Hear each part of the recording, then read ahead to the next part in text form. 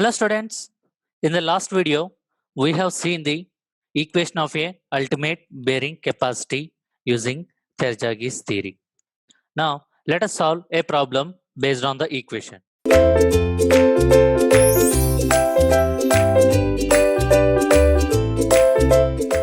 Okay, now read the question. What is given the data?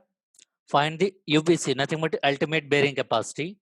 Find the ultimate bearing capacity of a continuous footing of width 2.5 meter and depth of the foundation given as 1.5 meter. Okay, consider soil having a cohesion and phi equal to angular friction is given and weight density of the soil is also given 20 kilonewton per meter cube.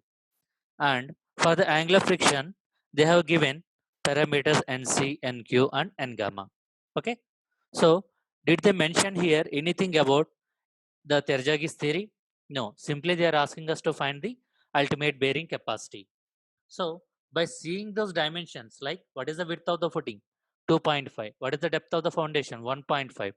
So check whether it comes under shallow foundation or not. We can say your width is greater than the depth of the foundation.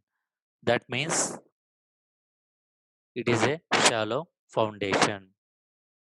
As nothing is mentioned, then we can find out ultimate bearing capacity by using the Terzaghi's theory. So by using Terzaghi's theory, what is the equation for ultimate bearing capacity?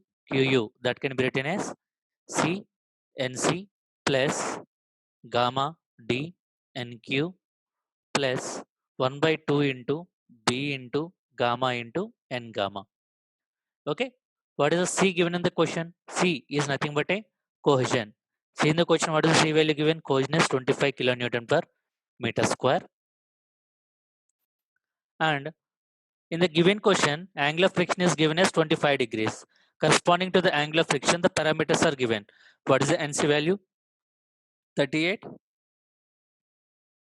And NQ value is given as 22.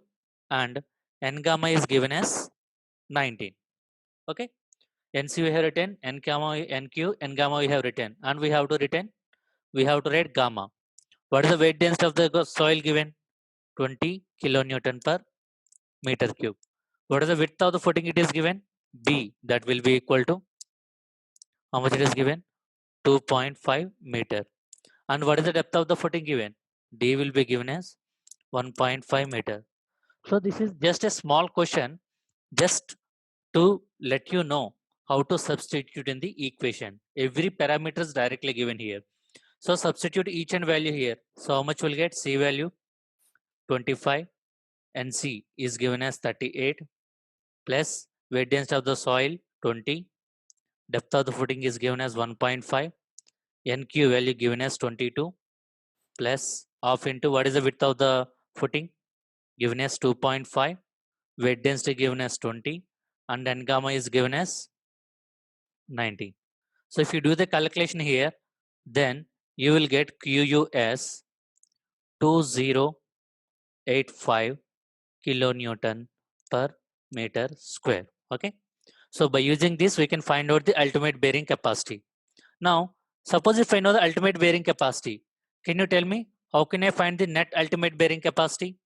How can I write it down? That is nothing but a QU minus gamma into D. What is the QU value just now we have found? 2085 minus, what is the gamma value given? 20. What is the depth of the footing is given? 1.5. So if you solve this, you will get the 2055 kilonewton per meter square.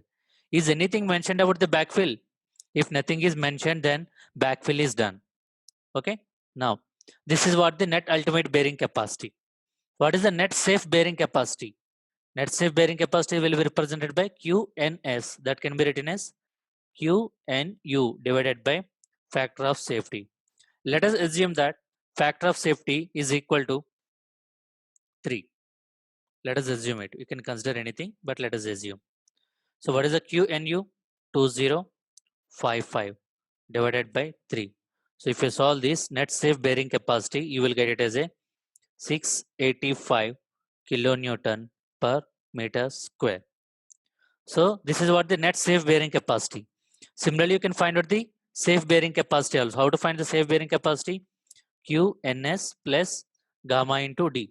If you substitute gamma and D value, you will get it as 685 net safe bearing capacity. Gamma is given as 20. Depth of the footing is considered as 1.5. So if you solve this, you will get it as a 715 kilonewton per meter square. I hope it is clear in this problem, everyone, how to substitute the values and how to find out ultimate bearing capacity, net ultimate bearing capacity, net safe bearing capacity, and also safe bearing capacity. Okay. In the next video, we will see about the factors that are affecting the ultimate bearing capacity. Thank you.